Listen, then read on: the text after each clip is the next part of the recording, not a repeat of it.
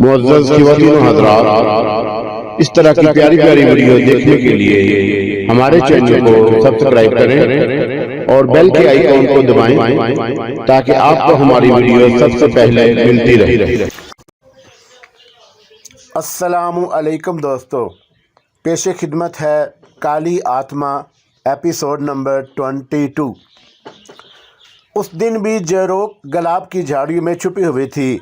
उसके जहन में बहुत से मंसूबे बन रहे थे। मोहब्बत की मारी थी और हर कीमत पर अपनी मोहब्बत का हसूल चाहती थी, लेकिन उसकी राह में तो कांटे ही कांटे थे। वो उन कांटों को रास्ते से निकाल फेंकना चाहती थी। उस वक़्त भी सर झुकाए कुंडली मारे गुलाब की झाड़ियों में ऊँग रही थी कि बाग का माली गुलाब की झाड़ियों की सफाई करता हुआ वहाँ तक आ पहुँचा। आसपास कोई नहीं था। माली सफाई करता करता जेरोक के बिल्कुल करीब पहुँच गया और दफ़तन उसकी निगाह सफ़ेद नागन पर पड़ी। पहले तो उसकी समझ में ही नहीं आया कि यह क्या चीज़ है। सफ़ेद रंग की एक रस्सी पड़ी हुई थी। माली ने हैरतज़दा अंदाज में हाथ डाला और जेरोक के बदन को छुआ तो दफ़तन जेरोक चौंक पड़ी। उसने एक हौलनाक फुंकार के साथ अपना फन ऊपर उठा लिया और जैसे ही माली ने सफ़ेद नागन का फन देखा, उछल कर चारों शाने चित आ पड़ा और उसकी आवाज़ बंद हो गई। उसके पांव साइकिल चलाने वाले अंदाज में फिजा में गर्दिश करने लगे थे। जेरोक ने खूनी निगाहों से उसे देखा, लेकिन दफ़तन उसके जहन में एक तजवीज़ और आ गई। चुनाचा वो खामोशी से माली को देखती रही। बेमुश्किल माली के हवास किसी कदर बहाल हुए तो उसने ज़मीन पर हाथ टिकाकर उठने की कोशिश की। गालबन भाग जाना चाहता था, लेकिन अगर वो यहाँ से भाग गया और उसने जेरोक के बारे में दूसरे लोगों को बता दिया तो फिर मुसीबत आ जाएगी। इस महल में पोशीदा रहना मुश्किल हो जाएगा। जेरोक आगे बढ़ी और ऐसे ही माली खड़ा हुआ। उसने माली के पेड़ में अपने दुम से फंदा डालकर उसे खींच लिया। जेरोक की बेपनाह ताकत के सामने भला माली की क्या चल सकती थी। वो एक बार फिर ऊंधे मुंह गिर पड़ा और बुरी तरह घबराने लगा। माफ़ कर दो नागरानी, भूल हो गई, माफ़ कर दो, भगवान के लिए माफ़ कर दो। जय महादेवी, जय नाग देवी, माफ़ी माफ़ी। और उसके हवास बुरी तरह ख़राब थे, लेकिन जेरोक ने उसका पाँव नहीं छोड़ा था। माली ने खौफज़दा निगाहों से इधर उधर देखा और फिर दूसरे लम्हे उसकी आंखें बुरी तरह चढ़ गईं और वो बेहोश हो गया था। जेरोक को जब यकीन हो गया कि माली बेहोश हो गया है तो उसने उसका पाँव का फंदा निकाल लिया और फिर गुलाब की झाड़ियों के पीछे रेंग गई। यहाँ पहुंचकर उसने अपना रूप बदला और एक खूबसूरत औरत के रूप में आ गई। आसपास किसी के मौजूद ना होने की वजह से उसने फ़ायदा उठाने का फ़ैसला कर लिया था। गुलाब के फूलों की एक डाली तोड़कर उसने माली के मुंह पर फेरना शुरू कर दी और चंद लम्हात के बाद उसे होश में लाने में कामयाब हो गई। माली ने सहमी हुई निगाहों से इधर उधर देखा और फिर जेरोक पर नज़र पड़ते ही वो बुरी तरह चौंक पड़ा। ए देवी, यहाँ नागन थी। भगवान की सौगंध, नागन थी, सफ़ेद सफ़ेद, बिल्कुल ही सफ़ेद। वो उंगली उठाकर एक ही लफ्ज़ की गर्दान करने लगा। होश में आओ, पागल हो गए हो क्या? भगवान की सौगंध, वो थी, बिल्कुल सफ़ेद सी। अरे यहीं थी, कहाँ गई? माली नाचने लगा, लेकिन जेरोक ने उसका बाजू पकड़ लिया। मैं कहती हूँ कि होश में आओ, वरना ज़िंदगी से हाथ धो बैठोगे। तुम कौन हो देवी? वो कहाँ गई? क्या भाग गई? बड़ी खतरनाक थी, बिल्कुल सफ़ेद, ऐसी सफ़ेद कि मैंने इससे पहले कभी नहीं देखी। कहाँ गई? किधर गई? दफ़तनी जेरोक ने उसके बाजू पकड़कर ज़ोर से झटका दिया और माली एक बार फिर गिरते गिरते बचा और अब उसके हवास किसी कदर बहाल हो गए। उसने ताज्जुब की निगाहों से जेरोक को देखा और बोला, मगर तुम कौन हो देवी जी? शायद कुमारी मिघावती की कोई दोस्त या फिर कोई और अगर तुमने अपने हवास बहाल ना किए तो मैं सच कह रही हूँ कि तुम्हारी गर्दन तोड़ दूंगी। अरे वाह, गर्दन तोड़ दूंगी? क्यों तोड़ दोगी गर्दन? मैंने देखी है सफ़ेद नागन, देखी है मैंने। मैं ही वो सफ़ेद नागन हूँ, बेवकूफ़ आदमी, मैं ही हूँ सफ़ेद नागन। हाँ, अरे भगवान, ये कैसे हो सकता है? बताऊँ तुम्हें, लेकिन भागने की कोशिश की तो तुम्हें डस लूँगी, जेरोक ने कहा और माली को मुतमिन करने के लिए एक बार फिर उसने उसके सामने नागन का रूप धारण कर लिया। माली धम से ज़मीन पर बैठ गया था और उसके पैरों से तो जैसे जान निकल गई थी। हालत खराब थी, चेहरा जर्द हो रहा था, आंखें जैसे खौफ से फटी हुई थी। जयरोक ने एक बार फिर अपना रूप बदला और औरत के रूप में आ गई। अब जो कुछ मैं तुमसे कह रही हूँ आदमी बनकर सुनो। मैं नागन हूँ, सफ़ेद नागन, क्या समझे? नागरानी, नागों की मलका, जय महादेवी, जय महादेवी। माली का बदन ऊंधा होकर सजदे में गिर गया। क्या नाम है तुम्हारा? उठकर बैठो। मैं वादा करती हूँ कि तुम्हें कोई नुकसान नहीं पहुँचाऊँगी। रघुनाथ है हमारा नाम। मगर देवी जी तुम? इच्छाधारी, इच्छाधारी। हाँ, मैं इच्छाधारी सांप हूँ और रूप बदल कर ही तुम्हारे पास आई हूँ। सुनो रघु, मुझे तुमसे कुछ काम है और उस काम के बदले में मैं तुम्हें इतनी दौलत दे सकती हूँ कि तुम ख्वाब में भी नहीं सोच सकते। फिर तुम्हें माली बनने की ज़रूरत नहीं रहेगी। आराम से अपना घर बार चला सकोगे और ऐश से ज़िंदगी गुजार सकोगे। लेकिन तुम्हें मेरा एक काम आना होगा। मैं तैयार हूँ देवी जी। जय महालक्ष्मी। ऐसी लक्ष्मी किसी को मिल जाए तो फिर उसे किसी चीज़ की क्या ज़रूरत रहती है। माली अब भी थर थर काँप रहा था। जयरोक ने हंसकर कहा, अपना मुंह तो देखो, लगता है कि जाड़े से बुखार आ गया है। पागलपन छोड़ो। जब मैं कह चुकी हूँ कि तुम्हें कोई नुकसान नहीं पहुँचाऊँगी तो फिर तुम परेशान क्यों हो? हाँ हाँ, मैं परेशान तो हूँ, मुझे डर लग रहा है देवी। मुझसे मत डरो, बिल्कुल मत डरो। मैं तुम्हें बिल्कुल नुकसान नहीं पहुँचाऊँगी। तुम्हारा घर कहाँ है? मैं उधर रहता हूँ। और कौन है घर में? घर वाली है, बच्चे हैं, माली ने जवाब दिया। तो फिर चलो, मैं तुम्हारे घर चल रही हूँ, जयरोक बोली और रघु को आगे धकेलती हुई उसके पीछे पीछे चल पड़ी। रघु हांफता कांपता आगे बढ़ रहा था और उसकी हालत अब भी खराब थी। होश संभाले जा रहे थे। बहरतौर वो जयरोक को लेकर अपने घर के दरवाजे से अंदर दाखिल हो गया। सामने ही उसकी बीवी बैठी धान कोट रही थी। उसने रघु के साथ एक खूबसूरत लड़की को आते देखा तो धन कोटा एक तरफ रख दिया और सख्त निगाहों से उसका जायज़ा लेने लगी। कौन है ये? उसने सख्त लहजे में पूछा। देवी है, लक्ष्मी है, जय लक्ष्मी। पापी हथियारे, तूने वही कर दिखाया ना जिसके बारे में मैं कहती थी। मैं कहती हूँ कि कौन है और ये क्यों लाया है तू उसे यहाँ? अरे मारी जाएगी, बदबख्त, मारी जाएगी। अरे तेरा सत्यानाश। देवी की तौहीन मत कर, डस लेगी तुझे। डस तो चुकी है और क्या डसेगी? तेरे ऊपर कब्जा जमा लिया। यही तो मैं कहती थी, इतने दिन से तेरा मन कहाँ रहता है? जब देखो किसी सोच में खोया हुआ। मारी गई, तू मारी गई, भगवान की सौगंध, तू मारी गई। हाय मेरी किस्मत, हाय मेरी तकदीर। मैं तो इसी दिन मारी गई थी जिस दिन मुझे तेरे पल्ले से बांधा गया था। अरे नकम्मे, नखट्टू, काम का न काज का और औरतों का रसिया है। मैं तो कहती हूँ कि ये धनकूट मैं तेरे सर पर दे मारूंगी। बता, नहीं तो ओखली में तेरा सर देकर धान की तरह कूट कर रख दूंगी। और तू क्या देख रही है? तेरी मजाल कैसे हुई कि तू मेरी मौजूदगी में मेरे घर आए? जयरोक औरत की इस बकवास से लुत्फ़अंदोज़ हो रही थी। अपना दुख भूल गई थी वो थोड़ी देर के लिए और उसकी बातों में दिलचस्पी लेने लगी। वो आगे बढ़ी और रघु की बीवी के पास पहुंच गई। तो तुम गलतफहमी का शिकार हो बहन। तेरा सत्यानाश। कम वक्त मुँह जली बहन कह रही है मुझे। मेरे घर में डाका डालने आई है और मुझे बहन कह रही है। मैं कहती हूँ निकल जा मेरे घर से, वरना सीधी राजा कृष्ण के पास जाऊंगी और फरियाद करूंगी। टुकड़े कर देंगे वो तेरे। हाँ, बचपन से खिदमत कर रही हूँ मैं उनकी। ये रघु, ये मुझे भी मरवा देगा। अरे क्या कहकर लाया है तू? तुझे कमाता ही क्या है? राजा जी के यहाँ से जो कुछ मिल जाता है दारू पीकर गंवा देता है। घर में ना खाने को ना पीने को। देख, धान कूट रही हूँ, इसके बाद बच्चों को खाना बनाकर दूंगी। कुछ नहीं मिलेगा तुझे यहाँ से। मैं कहती हूँ कि मेरे सुहाग पर डाका क्यों डाल रही है, कमीनी, हथियारी। रघु की बीवी उठ खड़ी हुई। उसने धन कोटा उठाया और जयरोक के चेहरे पर मारने की कोशिश की, लेकिन जयरोक ने धन कोटा पकड़ लिया और झटके से रघु की बीवी के हाथ से छीन लिया। हाय राम, अब ये भी होना था इस घर में। हाय राम, मैं तो लुट गई, बर्बाद हो गई। रघु आगे बढ़ा और उसने बीवी का मुंह दबोच लिया। कमबख्त, बके जा रही है। मैं कहता हूँ पूरी बात तो सुन ले। ये देवी मेरी बहन समान है। तू ना जाने कैसी बातें कर रही है इसके बारे में। अब रघु की बीवी को हैरानी होने लगी थी।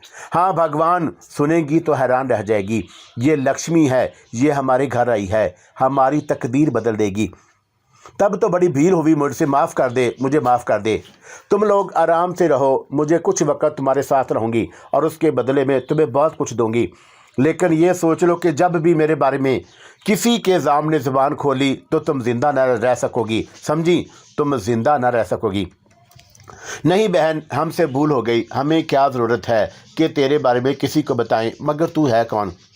देखना चाहती है कि कौन हूँ मैं? जारूक ने कहा और एक बार फिर उसने अपना रूप बदल लिया। चंद लम्हात के बाद रघु की बीवी के सामने सफ़ेद नागन लहरा रही थी और रघु की बीवी दहशत से जर्द पड़ गई थी। वो फटी फटी निगाहों से जयरोक को देख रही थी। जयरोक ने चंद लम्हात उसी रूप में गुजारे, फिर वो अपनी दूसरी हालत में आ गई। समझ गई कि मैं कौन हूँ? ये सोच लो कि तुम्हारी ज़िंदगी इसी में है कि तुम मेरे बारे में ज़ुबान बंद रखो। मुझे अपने घर के किसी गोशे में जगह दे दो, 2-3 दिन यहाँ रहूँगी, उसके बाद चली जाऊँगी और उसके बदले में जो कुछ तुम्हें दूँगी तुम उसका तसव्वुर भी नहीं कर सकोगी। रघु की बीवी की अब ये मजाल नहीं थी कि वो ज़ुबान से एक लफ्ज़ भी अदा कर सके। वो तो पागलों की तरह खड़ी जयरोक को देख रही थी। रघु ने आहिस्ता से कहा, बहन जी तुम अंदर आ जाओ, ये घर तुम्हारा है, जब तक दिल चाहे रहो, हम तुम्हारी सेवा करके खुशी महसूस करेंगे। जयरोक रघु के घर में मुकीम हो गई, लेकिन वो ज़्यादा अरसा यहाँ नहीं गुजारना चाहती थी। उसके जहन में सिर्फ एक ही तसव्वुर था, मेघावती को ख़त्म कर दे, उसे डस ले। लेकिन उसके लिए कोई मखदूश जगह मुनासिब नहीं थी। राजमहल में बहुत से मुलाजिम हैं, कोई ना कोई उसे देख लेगा। जिस तरह रघु की निगाहों से ना छुप सकी, चुनाचा वो एक गोशा चाहती थी और अब रघु का घर उसे मिल गया था। रघु की बीवी का बुरा हाल था, डर के मारे थर थर कांप रही थी और रघु उसे तसल्लियां दे रहा था। नाग रानी के खिलाफ कुछ करना दोनों के बस की बात नहीं थी। चुनाचा दोनों ने यही फैसला किया कि नाग रानी के सिलसिले में ज़ुबान बंद ही रखेंगे। ये दूसरी बात है कि रघु की बीवी का पेट होलने लगा था। जयरोक ने वो दिन वहीं गुजार दिया, उसे किसी शय की ज़रूरत नहीं थी। वो खुद भी छोटे मोटे अलूम रखती थी और उनके ज़रिए कम से कम उन लोगों को मुतमिन कर सकती थी। चुनाचा रात हुई तो उसने अपनी जगह छोड़ दी और बाहर निकल गई। चारों तरफ अंधेरा था। महल के बासी आराम करने के लिए गए थे और सिर्फ पहरेदार थे जो बहुत फासले पर पहरा दे रहे थे। जयरोक रेंगती हुई आगे बढ़ी। रात की तारीकी में एक सफ़ेद लकीर महल के एक गोशे में रेंग रही थी। जयरोक ने कोई ऐसी जगह तलाश की जहाँ से वो मेघावती तक पहुँच सके। फिर उसे एक सुराख नज़र आ ही गया और वो उसके अंदर दाखिल हो गई। लेकिन अंदर का माहौल बेहद साफ़ सुथरा था। गो लोग सोने के लिए चले गए थे, लेकिन अब भी कुछ ऐसे मुलाजमीन थे जो अपने कामों में मसरूफ़ थे। उनकी निगाहों से बचकर मेघावती तक पहुंचने का मसला काफ़ी टेढ़ा था। चुनाचा जयरोक बड़ी एहतियात से अपना सफ़र करती रही। कालीन, गलीचे और ऐसी ही दूसरी जगह जगह मौजूद थी और उन पर से गुजरकर दूसरों की निगाहों से बचती हुई वो मेघावती को तलाश करती फिर रही थी। और फिर एक खूबसूरत ख्वाबगाह में मेघावती उसे नजर आ गई। लेकिन ख्वाबगाह की खिड़कियां बंद थीं और ऐसी कोई जगह नहीं थी जिससे वो अंदर दाखिल हो सकती। शीशों से अंदर का मंजर नजर आ रहा था। मेघावती इत्मीनान से मुसहरी पर सो रही थी। जयरोक की और कुछ समझ में नहीं आया तो उसने एक बार फिर औरत का रूप धारा और मेघावती के कमरे के दरवाजे पर जोरदार दस्तक दी। एक बार, 2 बार, तीसरी बार जब दस्तक की आवाज़ उभरी तो मेघावती की आँख खुल गई और उसने कहा, कौन है? लेकिन जयरोक ने कोई जवाब नहीं दिया, बल्कि दोबारा और ज़ोर ज़ोर से दस्तक दी और उसके बाद नागन बनकर दरवाजे की ओट में छुप गई। चंद लम्हात के बाद मेघावती ने दरवाज़ा खोल दिया और बाहर निकल आई थी। जयरोक के लिए मौका था और अगर वो चाहती तो मेघावती को काट सकती थी, लेकिन वो कोई ओछा वार नहीं करना चाहती थी। उसकी ख्वाहिश थी कि वह मेघावती में ज़िंदगी की कोई रमक ना छोड़े। चुनाचा वह फुर्ती से खुले दरवाजे से अंदर दाखिल हो गई। यूं जैसे बिजली से कूद गई हो। मेघावती की निगाहें उस पर नहीं पड़ी थी। वो हैरानी से इधर उधर देख रही थी। फिर उसने ज़ोर से गर्दन झटकी और अपने आप से बोली, शायद मैं कोई सपना ही देख रही थी। उसने वापस पलटकर दरवाज़ा बंद किया और एक बार फिर अपनी मसहरी पर जा लेटी। जयरोक मसहरी के नीचे जा पहुंची थी। मेघावती थोड़ी देर तक जागती रही और उसके बाद उसकी पलकें फिर से जुड़ गईं और चंद ही लम्हात के बाद उसके तेज तेज सांस गूंजने लगे। जयरोक ने फन निकालकर बाहर झांका और जब उसे इत्मीनान हो गया कि मेघावती सो चुकी है तो वह मसहरी के नीचे से निकल आई। उसका वजूद गुस्से से फंक रहा था। उसने जो कुछ देखा था वो इंतहाई तकलीफदा था उसके लिए। आखिर सनाका उस लड़की से प्रेम क्यों करता है? क्या खूबी है उस लड़की में और क्या कमी है मुझ में? जयरोक सोच रही थी। फिर उसने अपना चौड़ा फन फैला लिया और फिर आहिस्ता आहिस्ता ऊपर उभरने लगी। वो इतनी बुलंद हो गई कि मेघावती की मसहरी से भी ऊपर पहुंच गई। तब ही दफतन उसके फन को झटका सा लगा और वो दहशतज़दा होकर 2 कदम पीछे हट गई। मेघावती की गर्दन में सनाका का दिया हुआ मनका जगमगा रहा था। शीशनाग का मनका जिसके अंदर से लहरें खारिज होती थी और कोई जहरीले से जहरीला नाग उन लहरों की ज़द में आ जाए तो जलकर भस्म हो जाए। नाग रानी की इतनी हिम्मत नहीं थी कि उसके करीब पहुंच सके। ये मनका मेघावती के पूरे बदन की हिफाजत कर रहा था। जयरोक की आंखों तले अंधेरा छा गया और उसका सर चकरा गया था। वो अपना चौड़ा फन काफ़ी दूर हटा ले गई और खौफजदा होकर काफ़ी दूर हट गई थी। अब उसकी फटी फटी आंखें मेघावती के गर्दन में पहने हुए जेवर में जुड़े हुए मनके पर जमी हुई थीं। ये मनका यकीनन सनाका ने मेघावती को दिया होगा। सनाका, ये तुमने अच्छा नहीं किया। मैं ऐसे छोड़ूंगी नहीं सनाका। मैं तुम्हें वचन दे चुकी हूँ कि जो भी लड़की तुम्हारे करीब आई उसे कभी जीता नहीं छोड़ूंगी।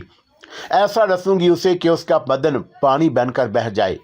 मेघावती राजकुमारी, मेरी सौकन, मेरी मोहब्बत पर डाका डालने वाली, कब तक बचेगी तू मुझसे? सनाका का ये मनका तेरी गर्दन से उतर जाएगा तो फिर मैं तुझे देखूंगी। नागरानी को यकीन हो गया था कि वह मेघावती को काटने में कामयाब नहीं हो सकेगी और उससे अपनी शिकस्त पर बेपनाह जल्लाहट महसूस हो रही थी। उसने कई चीज़ों पर अपना फन मारा और वो चीज़ें जहर आलूद हो गईं, लेकिन अब ये सब कुछ बेकार था। मेघावती मस्त नींद सो रही थी और नागरानी के कांटों पर लौट रही थी। काफ़ी देर तक वो उसी तरह फूंकारती रही और उसके बाद वापसी के लिए बढ़ी, लेकिन दरवाज़ा अंदर से बंद था। चुनाचा उसने अपना फन ज़मीन पर डाल दिया और चंद लम्हात के बाद इंसानी शक्ल में उठ खड़ी हुई। उसने खौनख्वार निगाहों से मेघावती को देखा, दरवाज़ा खोला और बाहर निकल गई। लेकिन रास्ता तय करने के लिए उसे सांप ही का रूप धारना था। रेंगती हुई वो उन्हीं रास्तों से बाहर आ गई जिनसे वो अंदर गई थी और थोड़ी देर के बाद रघु की रिहायश गाह में पहुंच गई। उसका जहन नफरत से सुलग रहा था। उस वक़्त सनाका ने उस पर कारी वार किया था और सनाका की ही वजह से अपने मकसद में कामयाब नहीं हो सकी थी। रात भर वो गुस्से की आग में फनती रही और फिर सुबह को उसने अपने कुछ फैसले किए। रघु माली ही उसके कुछ काम आ सकता था, लेकिन ये काम लेने से पहले उसे रघु को कुछ देना ज़रूरी था। सूरज निकले कुछ ज़्यादा देर नहीं हुई थी कि रघु को उसकी बीवी कमरे में दाखिल हुए और उनके हाथों में थाल था जिसमें दूध से भरा हुआ बर्तन रखा हुआ था और भी कुछ चीज़ें थी। माश की दाल के आटे का दिया हुआ और ना जाने क्या क्या थाल में भरा हुआ था। दोनों कांपते हुए अंदर आए और उन्होंने ये थाल नागरानी के सामने रख दिया, गोया वो नाग पूजा कर रहे थे।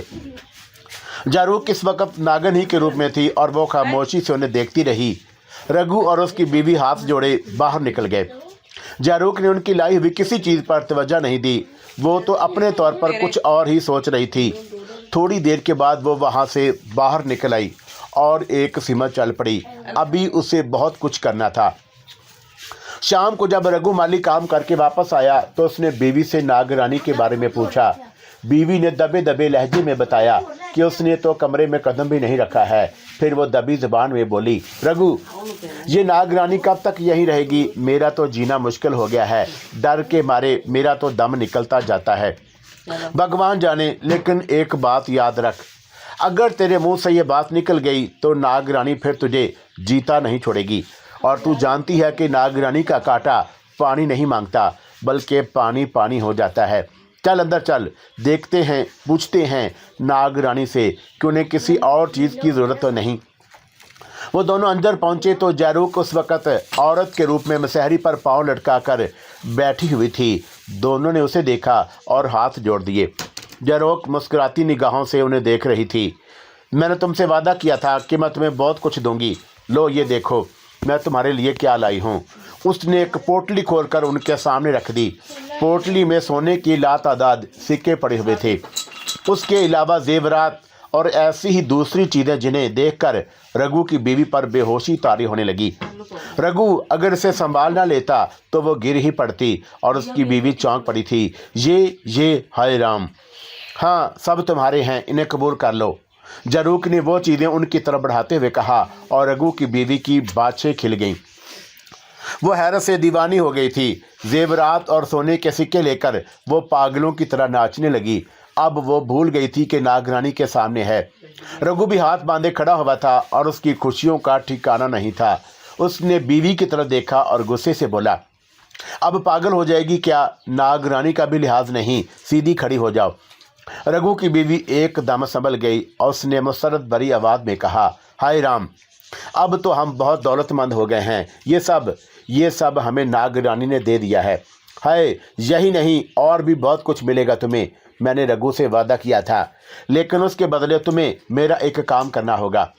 और समझ लो, अच्छी तरह से गौर कर लो, ये काम तुम्हें हर कीमत पर ही करना है। अगर तुम ये ना कर सके तो ना सिर्फ तुमसे ये तुम्हारी दौलत छिन जाएगी, बल्कि शायद तुम्हारी ज़िंदगी भी महफूज ना रहे। दोनों के चेहरे उतर गए थे। रघु दोनों हाथ जोड़कर बोला, जय महालक्ष्मी, जय नागरानी, जो काम आप बताएंगी भला हम उसे क्यों ना करेंगे। आपने हमारी तकदीर बदल दी है। हम आपका हर काम करने के लिए तैयार हैं। रघु, जो काम मैं तुम्हारे सुपुर्द कर रही हूँ वो बहुत मुश्किल है। उसमें तुम्हें खतरा भी पेश आ सकता है, लेकिन यूँ समझ लो कि उसके बगैर तुम्हारा जीवन मुमकिन नहीं। तुम्हें ये काम हर कीमत पर करना है। मैं जान की बाजी लगाकर हर काम करूंगा नागरानी, और फिर आप जैसी महादेवी का हुक्म हो और रघु उसकी तामील ना करे, मैं हर काम करने के लिए तैयार हूँ। बैठ जाओ और गौर से सुनो। कुमारी मेघावती तक तुम्हारी रसाई है।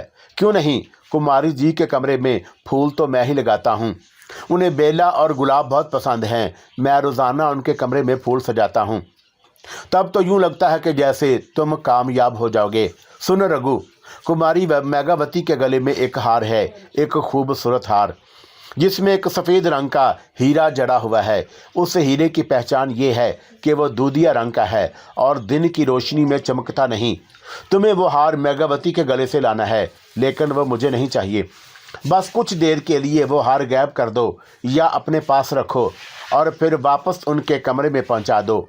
मुझे बस थोड़ी देर के लिए वो हार उनके गले से हटाना है।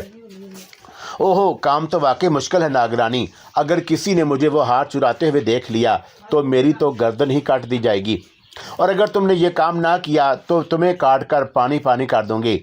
समझ लो अच्छी तरह मर गए राम। क्या करें, क्या करना चाहिए? अरे तुम मरे क्यों जा रहे हो? नागरानी हार चुराने के लिए थोड़ी कह रही हैं। बस थोड़ी देर के लिए वो हार मेघावती की गर्दन से जुदा ही तो करना है। वापस उसी जगह पर रख देना। अगर कोई देख ले, पूछ ही ले, तो कह देना कि हिफाजत से रख रहे थे। मगर वो हार उनकी गर्दन से उतारना ही तो मुश्किल है। सुबह को तुम किसी वक्त उनके कमरे में फूल लगाने जाते हो। उस समय जब कुमारी जी उठ खड़ी होती हैं और आशनान करने जाती हैं। वो आशनान करने कहाँ जाती हैं? महल ही में कमरे के पीछे एक जगह बनी हुई है जहाँ वो आशनान करती हैं। तो फिर उससे अच्छी तो कोई बात ही नहीं। आशनान करते हुए वो अपना जेवर ज़रूर उतारती होंगी। जयरूख ने कहा, हाँ ये बात तो है। बस तो फिर ताक में रहो। जिस वक़्त कुमारी मेघावती आशनान करने जाएं और अपना जेवर उतार कर रखें तो मैं थोड़ी देर के लिए उसे वहाँ से हटा देना। बल्कि हटा क्या देना, उनके कमरे में ही किसी और जगह रख देना, थोड़ी सी दूर, इतने फासले पर कि वो कुछ समय के लिए उन्हें फ़ौरन ना मिल सके। बस यही काम है नागरानी।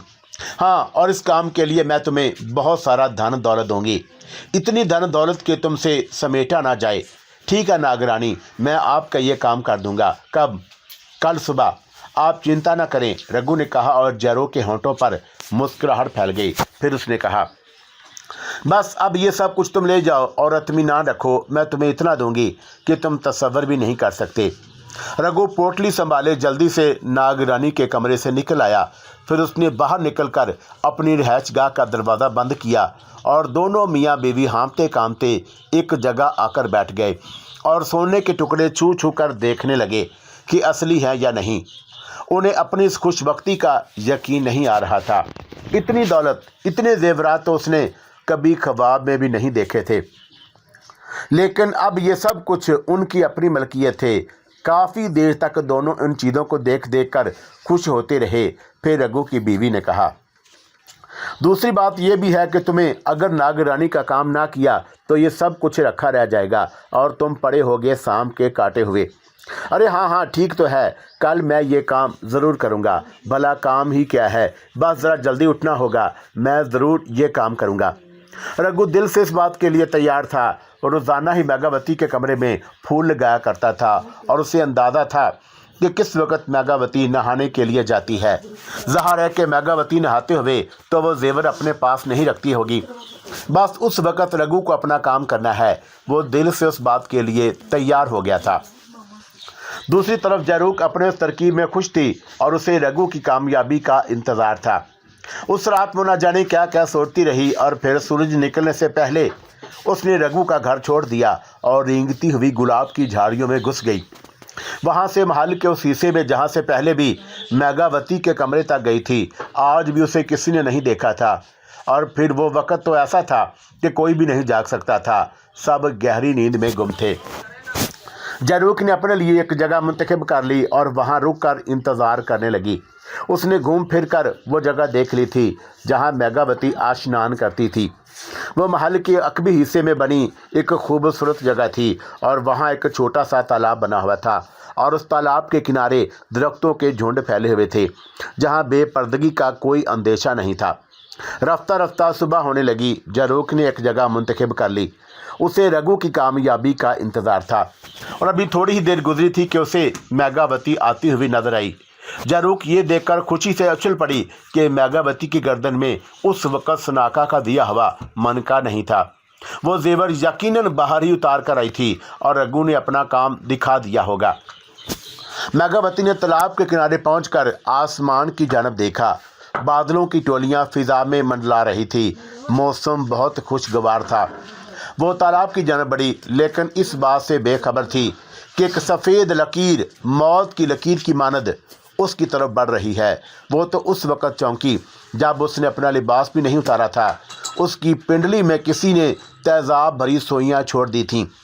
उसने पलट कर देखा तो सफ़ेद नागन उससे कुछ फासले पर फन उठाए खड़ी थी और उसके मुंह से मेघावती की पिंडली का खून लगा हुआ था। जहरूक ने अपना काम कर ही दिखाया था। आखिर मेघावती की हलक से एक दिलदोज़ चीख निकल गई। उसने उस सफ़ेद नागन को पहचान लिया था जिसे उसने एक बार पहले भी जंगल में देखा था। बस ये उसका आखिरी तासुर था और उसके बाद उसे कुछ याद ना रहा। वो लहराई और तालाब के किनारे धम से ज़मीन पर गिर पड़ी, लेकिन इस बार उसके चीखने की आवाज़ें सुन ली गई थी। खादमाएँ ज़्यादा दूर नहीं थी। मेघावती के स्नान के वक़्त भी वो उसके आसपास ही रहा करती थी। मेघावती की चीख और उसके गिरने की आवाज़ ने उन सब को हवास बाख्ता कर दिया। वो सारी एहतियात बलाए ताक रख कर अंदर की तरफ दौड़ पड़ी। जहरूक अब वहाँ रुकना किसी तौर पर मुमकिन नहीं था। वो जानती थी कि सनाका को उसका इल्म हो जाएगा और मुमकिन है कि वो गुस्से में दीवाना होकर महल में उसको तलाश करे। उसकी ज़िंदगी खतरे में भी पड़ सकती थी। चुनाचा उस वक़्त महल से बाहर निकल जाना ही बेहतर था, जिसके लिए उसने बैरूनी रास्ता अख्तियार किया और चंद ही लम्हात के बाद वह महल से बाहर निकल आई। नौकरानियों ने मेघावती को इस हालत में देखा तो उनके होश उड़ गए। किसी को इतला देने से पहले उन्होंने मेघावती को उठाया, उसका लिबास वगैरह दुरुस्त किया और उसके बाद उसे उसकी ख्वाबगाह में ले आईं। फिर चंद नौकरानियां राजा कृष्णनाथ की तरफ दौड़ गईं और थोड़ी ही देर के बाद महल में कोहराम मच गया। सब लोगों को ये बात मालूम हो गई कि मेघावती को नाग ने डस लिया है। राजा कृष्णनाथ पागलों की तरह दौड़े हुए आए थे और बेटी की कफियत देखकर सकते में रह गए थे। दीवान जी भी इस सूरत हाल से वाकफ़ हो गए थे। चारों तरफ लोगों को दौड़ा दिया गया। जोगी, सपेरे, साधु, वीद, हकीम जो जहाँ से मिला उसे महल में जमा कर दिया गया।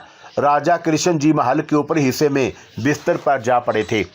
उनके बदन में इतनी जान नहीं थी कि वो नीचे आकर दूसरे लोगों की कार्रवाई देख सकते। मेघावती की जो कैफियत उन्होंने देखी थी उसने उनके हवास गुम कर दिए थे। मेघावती ज़रा सी देर में बिल्कुल नीली पड़ गई थी और ये नीलाहट गहरी होती जा रही थी। नागरानी का काटा कोई मामूली बात नहीं थी। पारना भी वहीं मौजूद थी और सारा महल ही एक जगह जमा हो गया था। वीद, हकीम, जादू मंत्र करने वाले सभी अपने अपने कामों में मसरूफ थे, लेकिन मेघावती की सांसें मध्यम पड़ती जा रही थी और कोई भी लम्हा उसकी मौत का लम्हा हो सकता था। ऐसे मौका पर सनाका भी वहां पहुंचा और उसने मेघावती को देखने की इजाज़त चाही, लेकिन उसकी कोई हैसियत नहीं थी। कोई ऐसा मकाम नहीं था महल में कि उसे ये इजाज़त दे दी जाती। आम हालात में मेघावती अगर उससे कहीं मिल लेती तो दूसरी बात थी, लेकिन अब तो उसके पास खास ही लोग मौजूद थे। सारे महल में सफ़ेद मातम बिछी हुई थी। बांदियों कोनों में मुँह छुपा कर रो रही थी और हर जगह से आहो बका की आवाज़ें बुलंद हो रही थीं।